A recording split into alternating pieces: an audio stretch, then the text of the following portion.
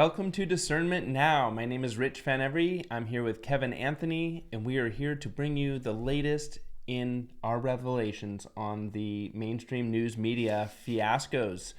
And we have some interesting stuff this week, don't we, Kev? I mean, wow. We always do. Right? It just keeps evolving. It keeps coming. There's rarely ever a dull day in the world of geopolitics in general, but you know, even just stuff happening in the United States, it's crazy every day. Right. And so even with like these whistleblowers, which sometimes aren't real whistleblowers, right? There have been That's like two of the stories we're going to talk about right now. I'm just so proud of the real whistleblowers out there. I just wanted to preface that before we go into the first story.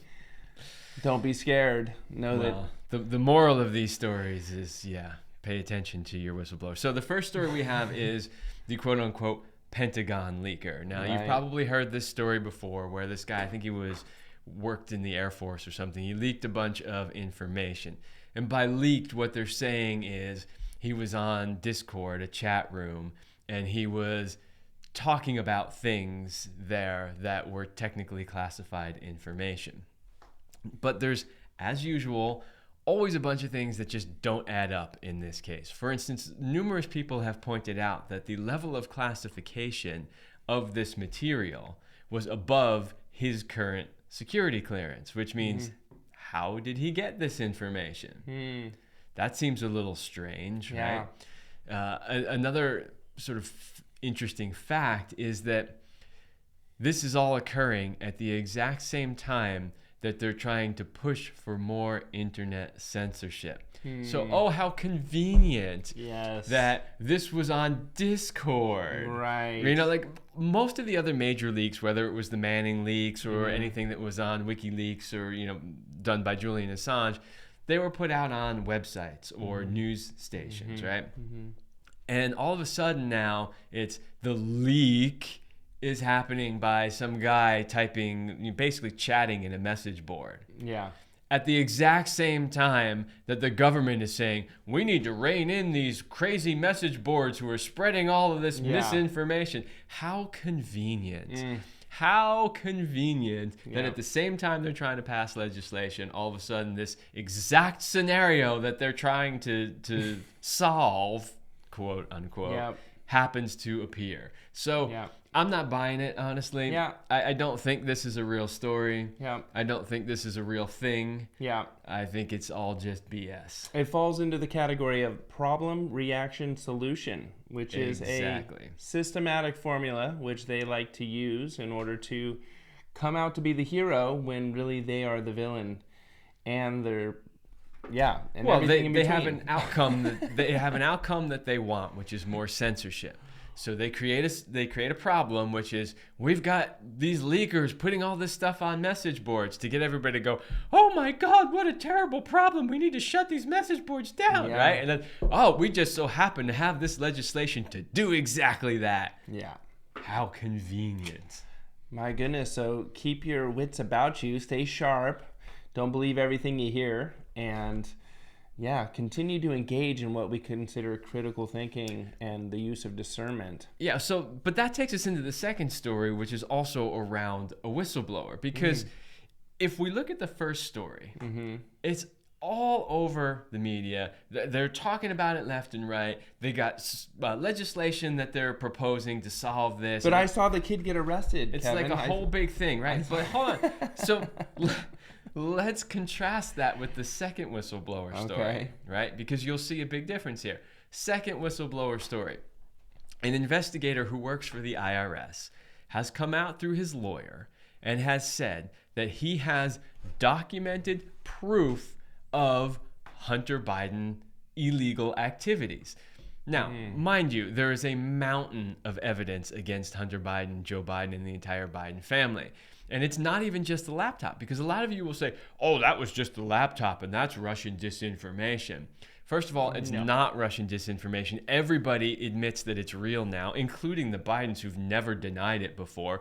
But, the 50 former U.S. intelligence operatives who all wrote this letter saying it was likely Russian disinformation all have egg on their face now, because even the mainstream news has said, yeah, we hired a forensic data analyst and it turns out it's real. Mm-hmm. Plus, of course, we've got testimony from people like his business partner, Tony Bobulinski, who also said that it's real and confirmed that the emails that had his name on them were indeed genuine and that he had copies of them. So we know that it's real. But Congress also got a hold of a bunch of SARs.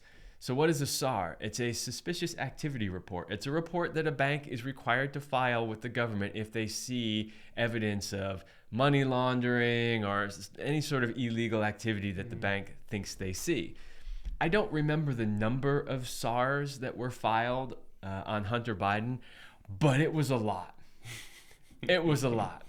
And so they've had this information for a long time, and they've done absolutely nothing with it. So now this IRS whistleblower comes out and says, look, I've got all this information. Apparently he was an investigator for the IRS. He's like, I've got all this information. He's like, he basically said, I got the receipts. I can prove this. Yeah. And he said, I want Congress or somebody, Justice Department, to bring me in and question me, and I will give them the information. Right. Well, how much of that have you heard on the mainstream media? Now, let's flip the table a little bit. What if there was an IRS whistleblower who had information that Trump was doing something illegally financially? This would have been the biggest story. Goodness. It would have ran 24 hours a day, 7 days a week from the day it broke. Congress would have already had an entire commission set up to investigate it. They would have hauled everybody in front of it with all the cameras going to record the entire thing and parse over every minute detail. This story's been out for about a week. I have yet to see a follow-up to say that anybody has actually brought him in and gotten his information. Wow. So this is lending us to the possibility that it's more likely true, right? Because we're generally putting things into categories which are most likely true and most likely not true. Well, it's hard to know forever what's actually fully true. For sure. And we don't know. We haven't seen his evidence yet. Right. So, but it's not getting the attention it deserves, right? Even though we have a broken justice system, no doubt. But that's the point. And we're contrasting it with the Pentagon leaker who's getting tons of publicity. Right. And remember all the leakers, the Vindmans and all the people they brought out to try to show Trump was colluding with the Russians. They all turned out to be fake. Yeah. But the media pushed it over and over and over again forever. So you have to ask yourself, why are they not really talking about the IRS whistleblower? Yeah. Why has nobody brought him in and questioned him? Why have we not seen any of the supposed evidence that he has, right? Yeah.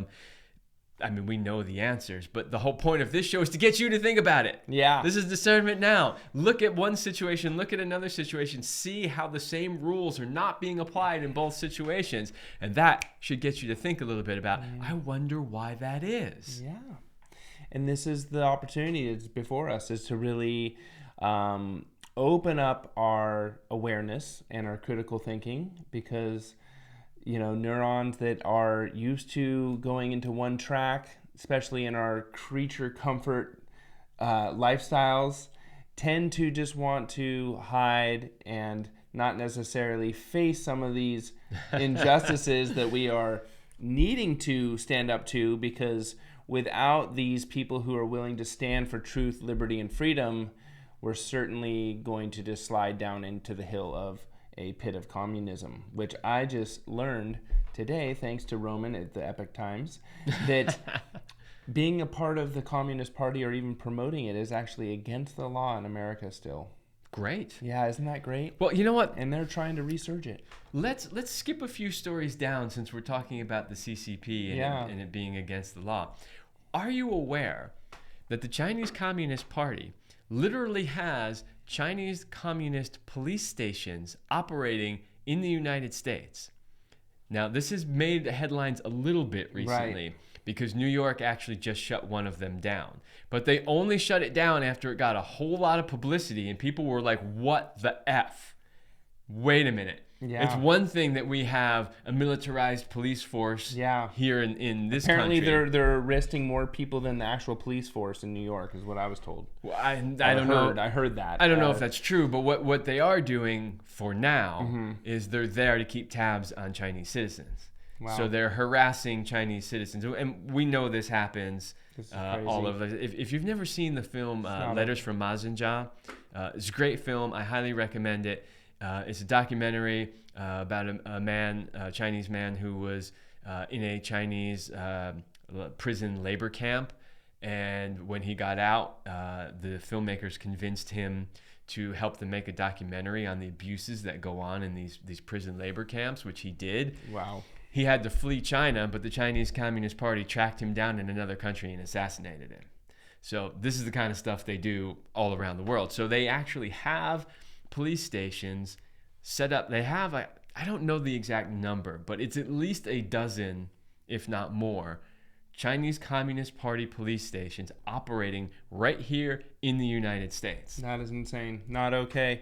I mean, I was told that militarynews.com, I believe it is, was reporting that several of these CCP police stations were attacked or infiltrated by the military, but I never was able to confirm that was true. You haven't heard that? I don't know about that. So if anybody out there knows, please make a comment or let us know, because we want to stay on top of this story. This is something that is very un-American-like, I would say. Well, yeah, the point of reporting on that story here is I think a lot of people aren't aware that this is happening. Now, remember, right now their job is to keep tabs on Chinese nationals, right? And harass Chinese nationals. Right. And try to keep them in line. But that's not how it's going to go. If they're allowed to operate and grow and spread, it's only a matter of time before they start keeping tabs on American citizens and start infringing on American citizens' rights. Yeah. This is a foreign government here policing American citizens. It's only a matter of time before that happens.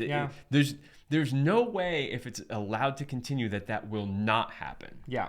And along those same lines, to throw in a little other nugget, is, this Fed Now platform is not actually the cryptocurrency kind of Fed coin that we've been kind of so concerned about potentially implementing in this social credit system, but really the framework or the software by which then something like that could happen. So these types of things roll out as a volunteer, kind of non they'll make it fun. Thing. They'll allow you to upload videos. You'll get a free ice cream if you participate. And then next thing you know, and apparently the real risk here is when the banks turn over everything to the Fed, to the Federal Reserve, and then they own the assets. We are then in trouble. So we need to make sure we don't slip into that deceptively, and that's kind of the point here. Well, so many things will be presented in a non-threatening kind of, or that will, I have nothing to hide. Oh yeah. That story. Nonsense. Anybody who says I don't care because I have nothing to hide is a child mentally. Honestly, like, I don't care if I'm insulting you. You're mentally a child if you think that that's a legit argument. You just haven't thought through it enough. Let's just put it that way. No, you're developmentally a child. So let's move on to the next story, which is Senator Dianne Feinstein. Oh, goodness. Oh, Senator Feinstein. God bless her soul. Let her pass on already. Look, I'm not going to wish ill on anybody. I'm not going to say that I hope she doesn't. I think none she's of that. Suffering. I hope that she fully recovers and lives out however many days she's got left. And I also hope that she gets the hell out of Congress immediately because she is absolutely terrible. But that's not what we're talking about. But she should go to prison, though, as well, when she gets out. So that's true. She should go to prison. But that's not the point. What we're talking about here is, unfortunately, Senator Feinstein has been ill. And so she has not been able to do her duties in Congress. Now, what's interesting about that is, we have Joe Biden in office. He's not capable of performing his duties. We have Fetterman in office. He's not capable of performing his duties. No. And nobody in the Democratic Party seems to care that either of those two are mentally incapacitated and can't actually perform their duties. But suddenly, after decades of Feinstein, After 10 years of her driver being a known Chinese Communist Party spy, go look it up, it's true. Yep. He drove her around for a decade. He was a known spy. They didn't try to get rid of her then. All of a sudden now, the Democrats are like, we need to get rid of Feinstein. Why might that be? Yeah. Why did they suddenly have a big change of heart and decide that Dianne Feinstein needs to go? Could it have something to do with the fact that she's on a committee that gets to appoint judges? Oh, and it could maybe have something to do with the fact that without her present, they don't have enough votes to confirm any judges. Suddenly, the Democrats are like, Feinstein, you're out of here. Wow. Why? Because they want to get somebody else in there that can vote and confirm the judges that they want in place. Right. They were also appealing to the Republicans, trying to get a couple of Republicans to change their votes in hopes that if they couldn't replace Feinstein, they could get a couple of Republicans to switch sides. But that doesn't seem right now like it's happening, although I don't have a lot of faith in the Republicans. I'm sure a couple of the corrupt ones will roll over. But as it stands now, they're finally trying to boot her out after years of her not really being able to do her job, after years of her having a known spy embedded in her organization. They didn't care about any of that. They only care that they need an extra vote, so they're willing to throw her under the bus. Yeah. That is how the Democratic Party and politics in general, honestly, operates. Yeah. You are a part of the team. You are with us, right? Until all of a sudden, you're not doing it for us anymore, and we throw you under the bus. Yeah, that's wild. Thank you for sharing that, Kevin. And, I think what this brings us to is to just remember that even though the left and the right may be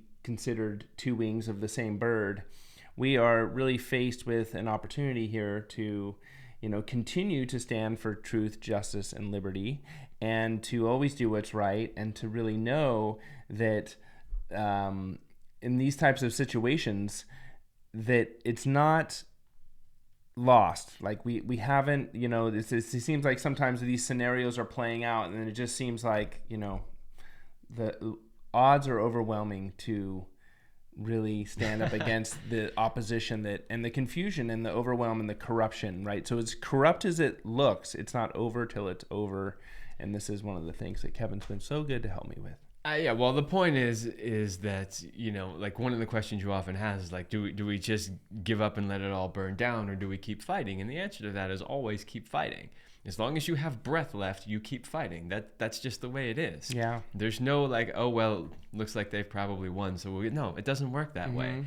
You fight, and you either win or you die. That's just the way it goes. And so there is no giving up. Yeah. It doesn't matter. It's hard. It sucks, but you got to do what you got to do. It's a spiritual growth process if you let it. And this is my token shirt for the day. Okay, resistance to tyranny is obedience to God. So take that in your pipe and smoke it. So before we move on completely from the Feinstein thing, let's talk about Fetterman for a moment. Oh goodness, one of my. Yeah. So if you're not familiar with Fetterman, he was running for Congress in Pennsylvania.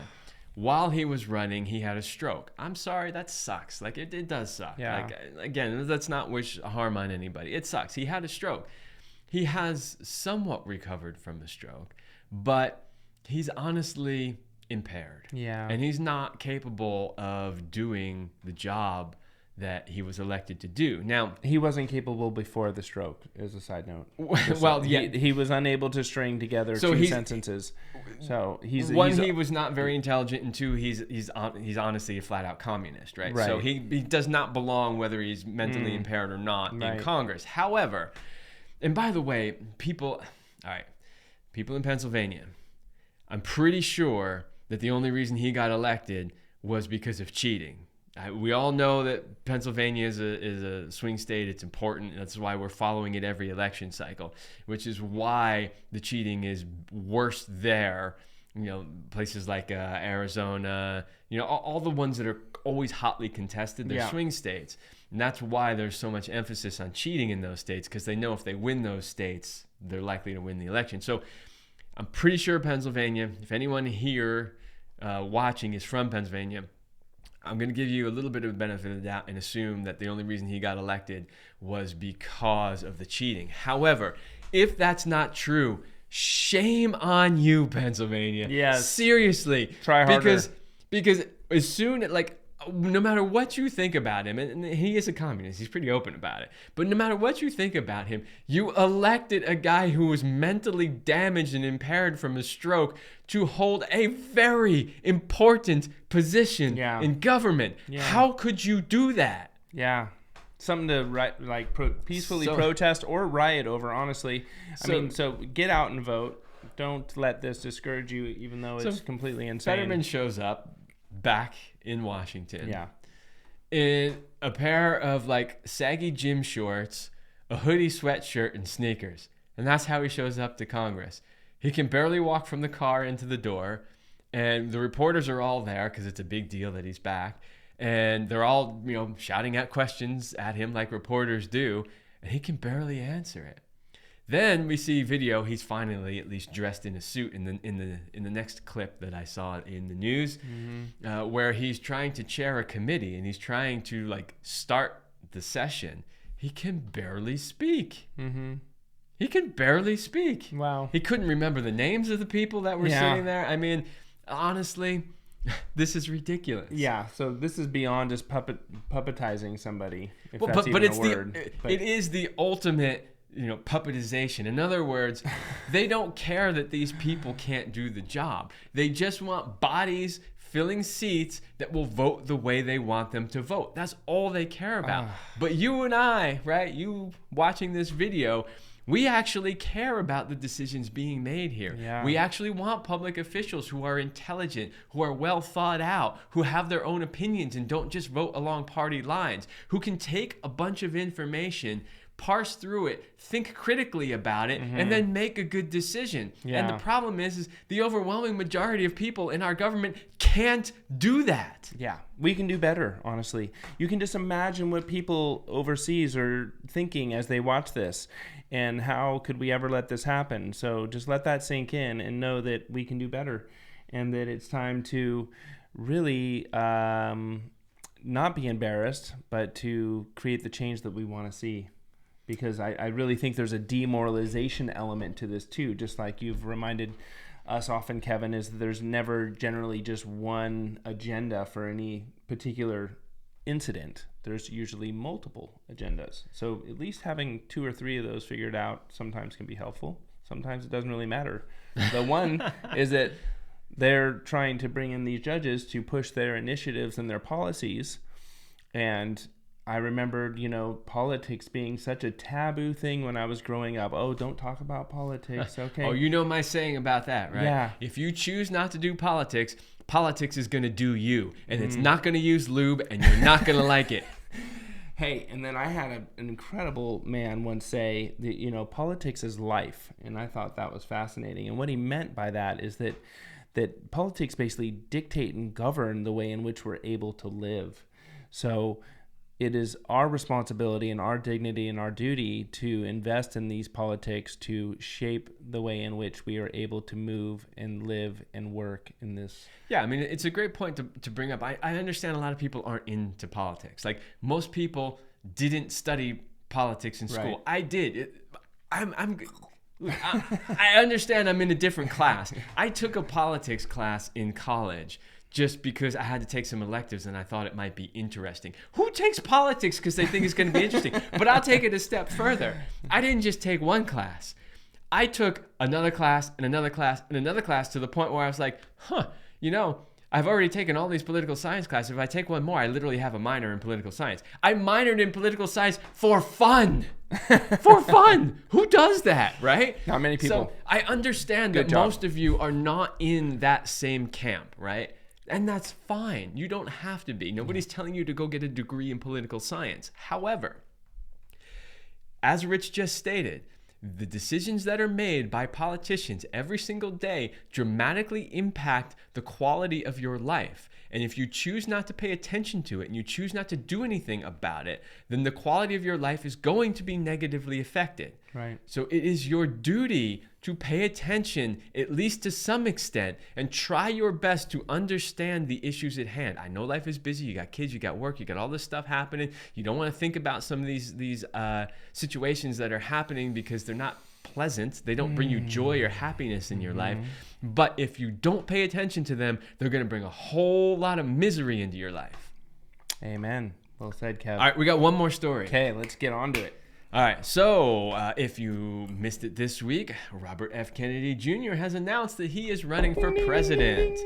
Yeah, buddy. Now, that's not necessarily a big deal. We haven't covered every story every time somebody decides that they're going to run for president. But this one, again, our stories aren't about the facts, because we could just say, Robert F. Kennedy has decided he's running for president. Okay, great. Whoop-de-doo, right? Yeah. But there's more to this story than that one. Dig in. So, if you're listening to this channel, I assume that you probably already know the truth about Robert F. Kennedy Jr. and who he is, aside from what the media tells you. Because the media is going to tell you, he's that crazy lunatic anti-vaxxer guy. Yeah. That's anti-masker too. Yeah. That's what the mainstream media is going to tell you.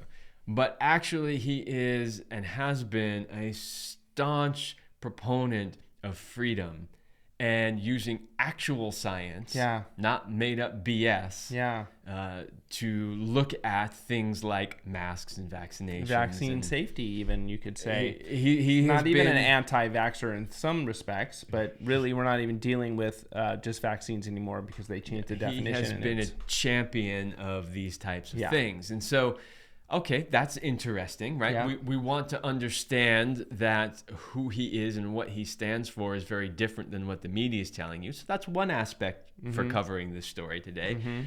But the other aspect is, I hear a lot of people saying, well, who cares, right? Like, you have two well, there's camps. a lot of criticism. He's not going to get elected. So you have the one camp that is like, well, who cares, because he's never going to get elected. And then you have the other camp that's like, oh my God, this is amazing. I'm so glad he's running. Like, this could be amazing if we could get him as the Democratic candidate. Like, I've seen some people put memes out there like, imagine if the 2024 presidential ticket was Trump versus RFK. What an amazing... And I'm just like, really? Okay, let's take both of those two camps and dissect that quickly. Yeah. Number one, the Democratic Party will never, ever allow Robert F. Kennedy Jr. to get the nomination. They will not do it. If you learned nothing from Bernie Sanders multiple election cycles ago, if we look at what happened there, regardless of what you think of Sanders, and remember, the Sanders of today is not quite the same Sanders of yesterday. No. If you look at the Sanders of yesterday who ran, again, you don't have to agree with his policies, but if you looked at who he was and what he was saying and how he was going about it, he mobilized a lot of not only Democrats, but independents who normally wouldn't vote Democrat. Yeah. And they were like, this guy is not a career politician. This guy is not the smooth-talking, lying through his teeth Obama, right? Right. So he drew in a lot of people, and the Democratic Party got scared. Yeah. They got real scared. And they broke every rule. And literally, so they have, the Democratic National Committee has a set of rules for how they do this process. They broke practically every rule to prevent him. And of course, there's that famous time where he came out at the convention with a big cut under his eye, and everybody's like, what happened? And then prior to that moment, he was, bashing Hillary Clinton and all that stuff. All of a sudden, just like a 180-degree turn, he shows up at the convention with basically a cut in the black eye, and then is like, we all need to vote for Hillary Clinton. We need to get behind her. And everybody went, oh, okay, we know what happened. Somebody roughed him up back there and said, look, it's our way or else, basically. So they broke every rule. They did everything they could. They will repeat that again. If you see any traction coming from this RFK presidential run, you will see them do the exact same thing to him that they did to Bernie Sanders. And if we didn't have the Bernie Sanders model to compare to, I could sit here and tell you that they're never going to allow it. They're going to do everything they can to lie, cheat, and steal so that he doesn't get it. And you would say, oh, that's a conspiracy theory, or oh, they wouldn't do that, or oh, they don't have the ability to do that. But because we watched it happen in real time, in real life, just a few years ago, there's no way you can make that argument because we've already seen it happen. So we know that That's going to happen. Now, to the people that say, who cares, right? Well, there's a flaw in that logic also. Because when you have people running for president in any party, doesn't matter what party it is. Yeah. When you have that happen, you have debates. Yeah. You have discourse. Yeah. You have political ads and campaigns that run 24/7. We all know it. You're going to get flyers every single day in your mail, dozens of them, right? Mm-hmm. Why this is important is that whether or not he gets the nomination, he will have the opportunity to show up and talk about subjects that are important to everyday Americans that the big candidates like a Biden or Clinton or whoever else they come up with will not talk about ever. Yeah. So he's going to be able to get those topics front and center in front of people. And a lot of people are going to hear stuff that they probably never heard before. Because there's a lot of people out there that still believe he's this wacko, nut job, anti-vaxxer. And they would never go watch his videos. They would never go read his articles.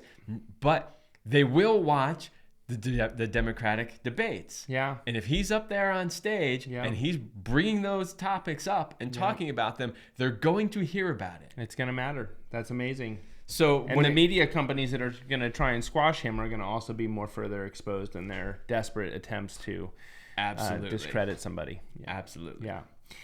So I think what this brings up is just this incredible reminder to us all that as much as he may not be ultimately successful at winning the presidential race, he is still taking a big stand for truth, freedom, and liberty. He is likely going to wake up or bring some people closer to center, let's say, in order for us to meet this threshold where it's, maybe the 10% mark of where we need people to wake up to create positive change. We don't need everyone to wake up. We just need to remember the stories from the Revolutionary War, the forming of the Constitution. There was a very small minority that created such a massive change, and that's what we're aiming for today. So, and anybody that can help get the messages out there and wake people up, we need. Yeah. So stay courageous, stay free, stay healthy, and until next time, have an amazing week.